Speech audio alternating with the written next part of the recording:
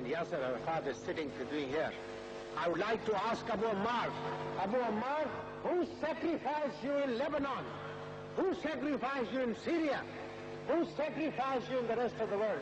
Today, here is the man sitting, whom we all recognize as the representative of the Palestinians. Where are the Palestinians today? And Your Majesties, most humbly, I wish to point out that we claim ourselves to be Muslims. Look it in our hearts. We are black. We have double standards.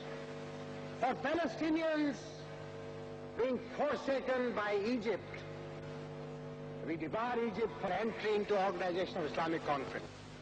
Muslim, non-aligned member of this Organization of the Islamic Conference was subjugated by force by a superpower. I am their neighbor. The Organization of Islamic Conference has passed 10 resolutions. That neighbor is still there.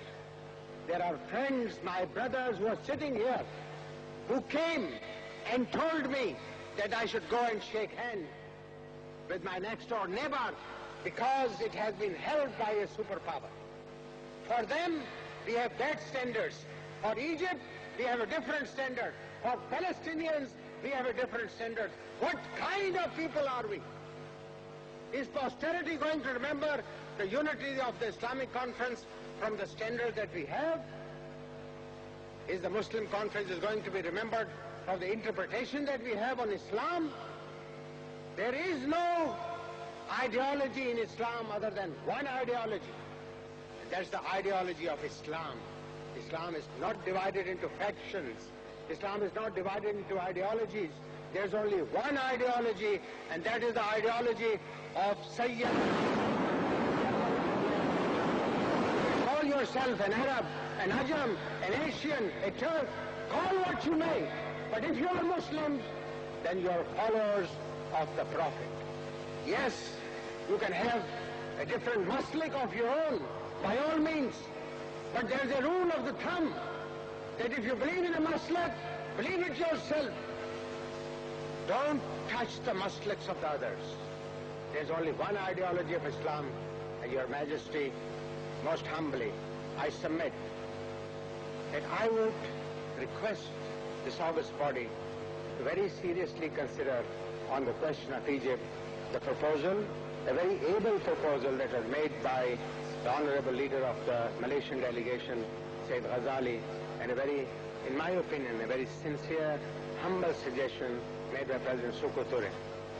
It's not the question whether Egypt should be allowed to sit here or not. It is not the question whether the Egypt should be continued to be devoured. The simple question is, this august body is an independent organ created in the name of Islam for the unity of the Muslim world.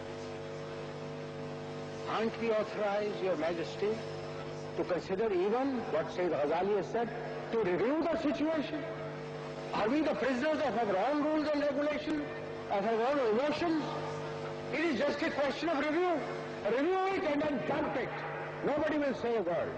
But for God's sake, review it, because the things are different today.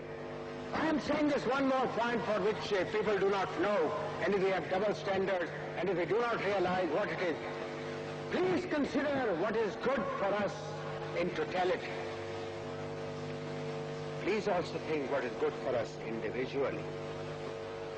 But do not mix the two, because we will then go down in history as unforgettable individuals, which will be not remembered in history whatsoever because they were so divided. We are talking about superpowers. Who is it that can tell me as to which is the power, which is the body, which is the authority, which has helped anybody for the sake of help? Most humbly, and I have a tremendous regard for my brother Sayyid Khaddam Hussain. Sayyid Khaddam says that we should only respect those who give in abundance. Please put it to yourself that what you have today in Syria, at what price has this been achieved? If this price was worth paying, and I'm for you, I am for Syria. If God gives me 10 more lives, I'll go and fight for Syria. I'll fight for Palestine. I'll fight for everybody else, but in the name of Islam. Not as a Pakistani, not